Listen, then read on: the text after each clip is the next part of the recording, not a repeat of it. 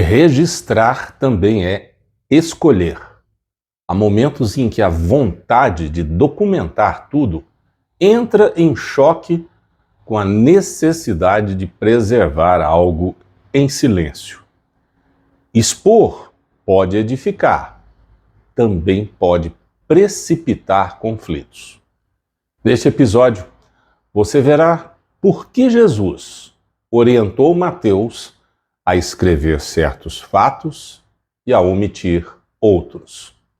A cena acontece depois da cura e das conversas na casa do comandante, quando Mateus se aproxima com seus registros prontos.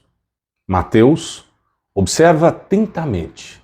Ele foi formado para registrar acontecimentos.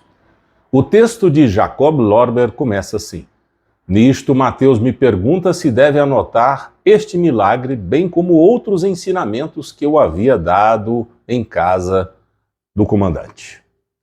A resposta não foi genérica, foi direcionada. Assim disse Jesus, conforme as revelações de Jacob Lorber.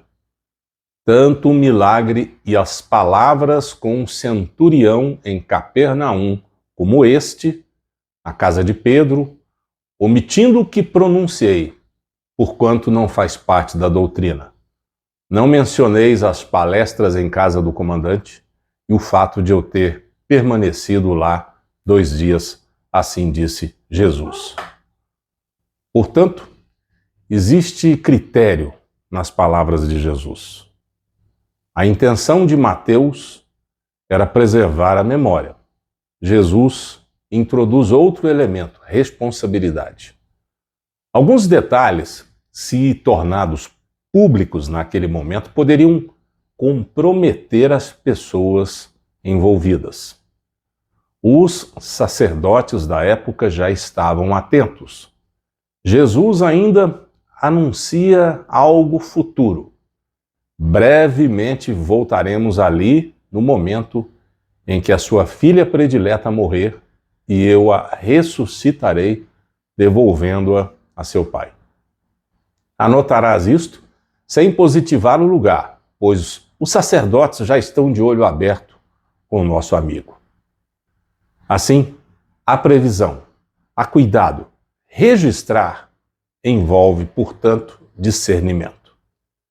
João acompanha a conversa.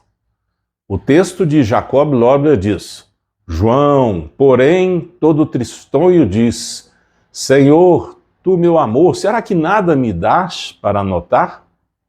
João desejava também participar. Não queria ficar à margem.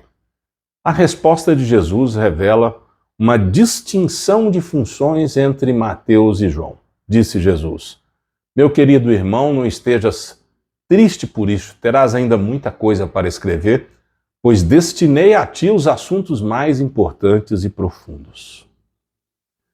Cada um recebe uma esfera.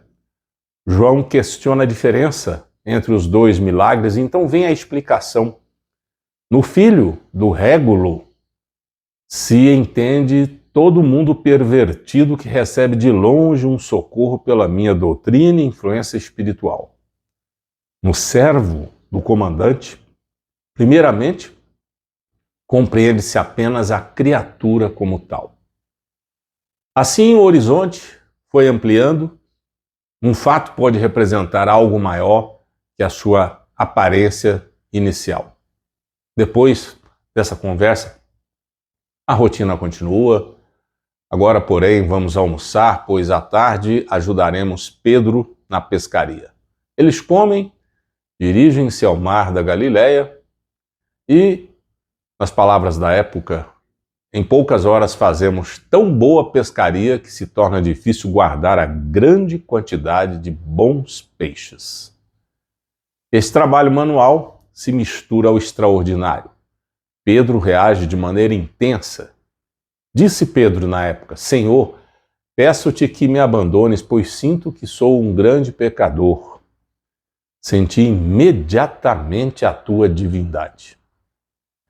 E ele recorda a ocasião anterior, reconhece a diferença quando é apenas um esforço humano e quando é o resultado com a presença de Jesus. As redes quase se romperam. Ele percebe algo que ultrapassa técnica de pesca. Pedro começa a declarar o que compreendeu, a divindade de Jesus.